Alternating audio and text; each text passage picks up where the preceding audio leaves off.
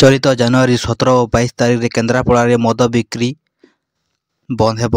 ମଦ ଦୋକାନ ବନ୍ଦ ରଖିବାକୁ ଜିଲ୍ଲାପାଳ ଅମୃତ ଋତୁରାଜ ନିର୍ଦ୍ଦେଶ ଦେଇଛନ୍ତି। ଶ୍ରୀମନ୍ଦିର ପରିକ୍ରମା ପ୍ରକଳ୍ପ ଓ ଅଯୋଧ୍ୟାରେ ରାମଲାଲାଙ୍କ ପ୍ରାଣ ପ୍ରତିଷ୍ଠା ପାଇଁ ବନ୍ଦ ରଖିବାକୁ ନିର୍ଦ୍ଦେଶ ଜାରି ହୋଇଛି। ରାଜ୍ୟ ସରକାର ଆସନ୍ତାକାଲି ଜାନୁଆରୀ 17 ତାରିଖ ବୁଧବାର ଦିନ ରାଜ୍ୟର ସମସ୍ତ ସରକାରୀ କାର୍ଯ୍ୟାଳୟ ଓ ସମସ୍ତ ଶିକ୍ଷାନୁଷ୍ଠାନ ବନ୍ଦ ରଖିବାକୁ ପୂର୍ବରୁ ଘୋଷଣା କରିଛନ୍ତି। ସେହିଭଳି ଆସନ୍ତା 22 ତାରିଖରୁ ରାଜ୍ୟର ସମସ୍ତ ସରକାରୀ କାର୍ଯ୍ୟାଳୟ ଓ ଶିକ୍ଷାନୁଷ୍ଠାନ ଛୁଟି ଘୋଷଣା କରନ୍ତୁ ବୋଲି ବିଜେପି ଦାବି କରିଛି। ଏହାସହ ସେଦିନ ରାଜ୍ୟରେ ସମସ୍ତ ମଦ ଦୋକାନ ବନ୍ଦ କରିବାକୁ ନିର୍ଦ୍ଦେଶ ଦିଅନ୍ତୁ ବୋଲି କହିଛି।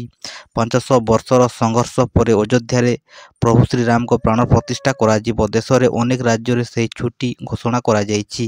ନିଶାଦ୍ରବ୍ୟ ବନ୍ଦ କରିବା ପାଇଁ ନିର୍ଦ୍ଦେଶ ଦିଆଯାଇଛି। ବିଜେପି ରାଜ୍ୟ ମୁଖପାତ୍ର ଦିଲ୍ଲୀପ ମଲ୍ଲିକ କହିଛନ୍ତି, ଅନ୍ୟ ରାଜ୍ୟ ଭଳି ଓଡ଼ିଶା ସରକାର ମଧ୍ୟ ଜାନୁଆରୀ 22 ତାରିଖରେ ଛୁଟି ଘୋଷଣା କରନ୍ତୁ।